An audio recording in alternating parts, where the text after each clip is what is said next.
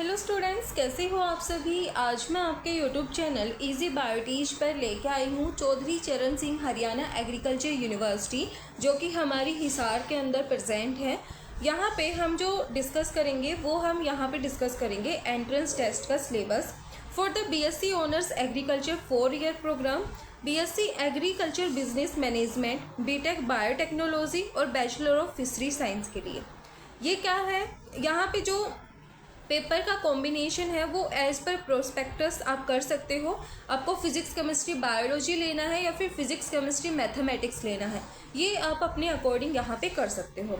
तो आज हम जो डिस्कस करेंगे वो यहाँ पे सिलेबस को डिस्कस करेंगे BSc honours agriculture 4 year program के लिए, बीएससी एग्रीकल्चर बिजनेस मैनेजमेंट के लिए, बीटेक बायोटेक्नोलॉजी के लिए और बैचलर ऑफ फिशरी साइंस के लिए।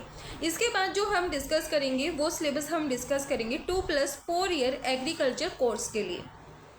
तो अब हम शुरू करते हैं। तो यहाँ पे जो पहला पोर्शन दे रखा है वो है हमारा फिजिक्स का। यहाँ पे जो टॉपिक दे रखे हैं वो है introduction and measurement, description of motion in 1 dimension and 2 dimension, laws करने हैं मोशन के, वर्क एनर्जी एंड पावर करना है, रोटेशनल मोशन के बारे में आपको पढ़ना है, ग्रेविटेशन के बारे में पढ़ना है, मैटर की प्रॉपर्टीज़ करनी है, हीट एंड थर्मोडाइनमिक्स के बारे में आपको पढ़ना है, ओसिलेशन के बारे में, वेव्स के बारे में, इलेक्ट्रोस्टैटिक करंट इलेक्ट्रिसिटी के बारे में आपको करना है। जो करंट का जो मैग्नेटिक इफेक्ट है, जो मैग्नेटिज्म है, उसके बारे में आपको करना है। Electromagnetic induction and alternating currents के बारे में आपको पढ़ना है। इलेक्ट्रोमैग्नेटिक वेव्स के बारे में आपको पढ़ना है। उसके बाद वेव ऑप्टिक्स का टॉपिक दे रखा है, रे ऑप्टिक्स का दे रखा है और ऑप्टिकल इंस्ट्रूमेंट्स का। इलेक्ट्रॉन्स एंड फोटोन्स को आपको करना है। यहाँ पे एटम्स और न्यूक्लियाई के बारे में पढ़ना है और सॉलिड और सेमीकंडक्टर डिवाइसेस के बारे में आपको करना है। फिर यहाँ पे दे रखे हैं केमिस्ट्री के टॉपिक, जिसके अंदर आपको दे रखा है स्ट्रक्चर दे रखा है एटम का, क्लासिफिकेशन दे रखी है एलिमेंट्स की, पीरियोडिसिटी इन प्रॉपर्टीज़, ये आपको यहाँ पे करना है। बेसिक कॉन्सेप्ट्स करने हैं केमिस्ट्री के, इलेक्ट्रोकेमिस्ट्री पढ़नी है आपको, केमिकल काइनेटिक्स करनी है, केमिकल बॉन्डिंग और मॉलिक्यूलर स्ट्रक्चर आपको करने हैं, डी और एफ ब्लॉक एलिमेंट्स के बारे में आपको पढ़ना है, कोऑर्डिनेशन कंपाउंड्स के बारे में करना है, हेलो एल्केन्स और हेलो एरेन्स के बारे में पढ़ना है, रिडॉक्स रिएक्शंस के बारे में करना है, अल्कोहल, फिनोल एंड ईथर के बारे में करना है और कार्बोनाइल कंपाउंड और उसके डेरिवेटिव्स करने हैं। नेक्स्ट है amines, hydrocarbon solution, chemical thermodynamics and chemical equilibrium, organic chemistry के बारे में आपको करना है और यहाँ पे बायोमोलिक्यूल्स आपको करने हैं। फिर यहाँ पे आता है बायोलॉजी का पोर्शन, जिसके अंदर आपको लिविंग वर्ल्ड जो चैप्टर है वो कंप्लीट करना है, बायोलॉजिकल क्लासिफिकेशन करनी है, प्लांट और एनिमल किंगडम को करना है, फ्लोवरिंग प्लांट्स की मॉर्फोलॉजी करनी है, एनाटॉमी करनी है फ्लोवरिंग प्लांट्स की, स्ट्रक्चर ऑर्गेनाइजेशन करना है एनिमल्स का, cell the unit of life करनी है आपको, बायोमोलिक्यूल्स के बारे में आपको पढ़ना है, सेल साइकिल और सेल डिवीजन के बारे में करना है, फोटोसिंथेसिस पढ़नी है हायर प्लांट्स के अंदर, रेस्पिरेशन करना है प्लांट्स का, प्लांट ग्रोथ एंड डेवलपमेंट के बारे में आपको पढ़ना है यहाँ पे। फिर आपको breathing and exchange of gases के बारे में पढ़ना है, बॉडी फ्लूइड्स एंड सर्कुलेशन के बारे में पढ़ना है, एक्सक्रीटरी प्रोडक्ट्स उनके एलिमिनेशन को आपको पढ़ना है, लोकोमोशन एंड मूवमेंट के बारे में पढ़ना है, न्यूरल कंट्रोल एंड कोऑर्डिनेशन के बारे में आपको करना है, केमिकल कोऑर्डिनेशन एंड इंटीग्रेशन करना है।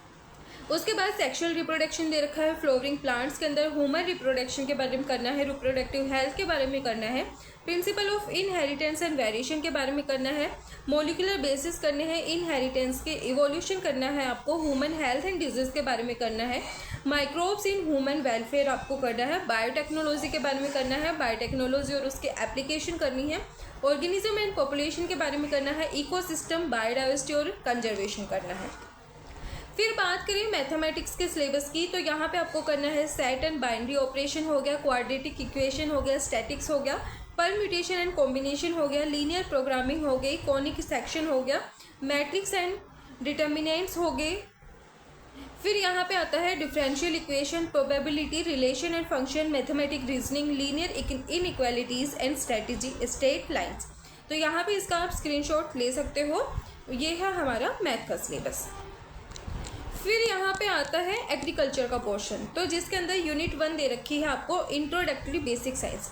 यहाँ पे आपको क्या करना है, डेफिनेशन करनी है जेनेटिक्स की, प्लांट ब्रीडिंग की, इंपॉर्टेंस करनी है प्लांट ब्रीडिंग और जेनेटिक्स की, सेल डिवीज़न हो गया, मियोसिस हो गया, उसकी सिग्निफिकेंस करनी है, लिंकेज और क्रॉसिंग ओवर करना है, mode of pollination and flower structure, DNA की डिस्कवरी, मॉडल स्ट्रक्चर रेप्लिकेशन आपको करना है, तो ये आपको यहाँ पे फर्स्ट यूनिट दे रखी है। सेकंड जो यूनिट है, जो सेकंड पोर्शन है इसी यूनिट का, वो है एलिमेंट्री बायोकेमिस्ट्री, जिसके अंदर आपको यहाँ पे करना है pH, carbohydrate, protein and vitamins. Third है इंट्रोडक्टरी माइक्रोबायोलॉजी, जिसके अंदर माइक्रोबियल सेल स्ट्रक्चर हो गया, माइक्रो ऑर्गेनिज्म हो गया, एल्गा, प्रोटोजोआ, इंडस्ट्रियल प्रोडक्शन हो गया, ये सब आपको यहाँ पे करने हैं। सेकेंड यूनिट है लाइव स्टॉक प्रोडक्शन, जिसमें आपको करना है introduction, importance of live stock हो गया, care and management, kettle housing, management of cows, blocks, pregnant of milk animal and poultry के बारे में आपको करना है। थर्ड पोर्शन है feed and feeding practices, common diseases के बारे में आपको पढ़ना है, यहाँ पे बताई गई है कौन सी डिजीज आपको करनी है। फिर है आर्टिफिशियल इंसेमिनेशन की इंपॉर्टेंस और टेक्निक्स। फिर यहाँ पे आपको क्रॉप प्रोडक्शन के बारे में पढ़ना है, जहाँ पे आपको एग्रीकल्चर और उसके इंपॉर्टेंस करनी है। नेशनल इकोनॉमी के अंदर डिफरेंट ब्रांचेस करनी है एग्रीकल्चर और क्रॉप प्रोडक्शन की। सॉयल एंड सॉयल फर्टिलिटी के बारे में पढ़ना है। टिलेज एंड फार्म इक्विपमेंट्स के बारे में करना है। Farm management, manure and fertilisers हो गए। ये आपको यहाँ पे सिलेबस दिया गया है, आप इसका स्क्रीनशॉट्स ले सकते हो। फोर्थ यूनिट जो हमारी है वो है हॉर्टिकल्चर की। यहाँ पे आपको planting system, training, pruning, intercropping, windbreak, protection from frost, sunburn, ये सब आपको यहाँ पे करना है। कल्टीवेशन करना है मैंगो, पपाया, बनाना, गवा और सिट्रस का। वेजिटेबल गार्डनिंग के अंदर आपको किचन गार्डनिंग हो गए, जैसे कल्टीवेशन करना है radish, carrot, cauliflower, onion, brinjal, tomato, potato, इन सब का आपको ये करना है, तो इसका आप स्क्रीनशॉट ले सकते हो। फिर यहाँ पे यूनिट 5 दी गई है inventory and farms resources, identifying farm family aspects of liabilities, maintenance of farm record and accounts. ये आपका हो गया यहाँ पे सिलेबस। उसके बाद हम यहाँ पे बात करते हैं 2+4 ईयर प्रोग्राम की। तो यहाँ पे जो 2+4 ईयर प्रोग्राम होता है, यहाँ पे क्या होता है, आपको NCERT और SCERT का जो सिलेबस होता है 10th लेवल का, वो आपको यहाँ पे करना है।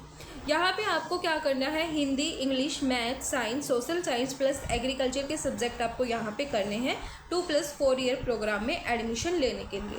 तो ये था हमारे यहाँ पे चौधरी चरण सिंह हरियाणा एग्रीकल्चर यूनिवर्सिटी का सिलेबस। वीडियो पसंद आए तो please like, share and subscribe जरूर करना। एंड यहाँ पे हमें एक चीज़ और देखनी है कि जो BSc एग्रीकल्चर के जो स्टूडेंट्स हैं, मतलब वो स्पोर्ट्स कोटा से एडमिशन ले सकते हैं या नहीं ले सकते।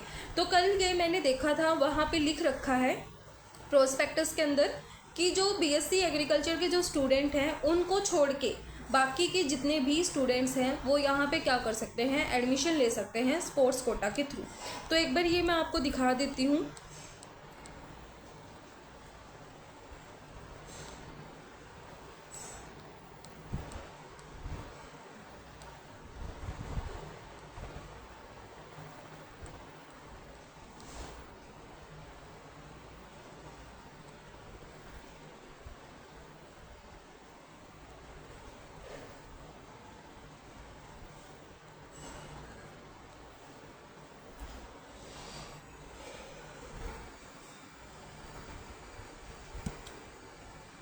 For admission to undergraduate, except BSc Honours Agriculture 2+4 year program and master program, additional seat will be provided in every college for the sports, NCC, NSS, each on the basis of criteria।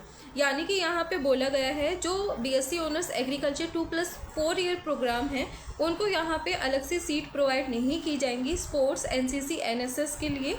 बाकी के जो हैं उनको यहाँ पे क्या की जाएगी, अलग से सीटें प्रोवाइड की जाएगी। तो ये चीज़ यहाँ पे बोली गई है। उसके बाद यहाँ पे अलग अलग क्राइटेरिया दिया गया है किस बिहाफ पे किसको क्या मिलेगी, प्रायोरिटी मिलेगी।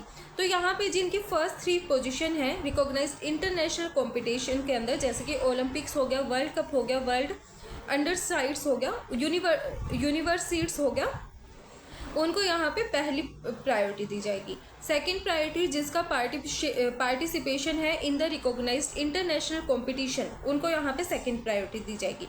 तो यहाँ पे अलग अलग बता रखा है किसको कितनी प्रायोरिटी यहाँ पे दी जाएगी, किस बेसिस पे उनको यहाँ पे सीट अलॉट की जाएगी। तो ये आप यहाँ पे देख सकते हो। सो प्लीज़ वीडियो पसंद आए तो लाइक, शेयर एंड सब्सक्राइब जरूर करना। थैंक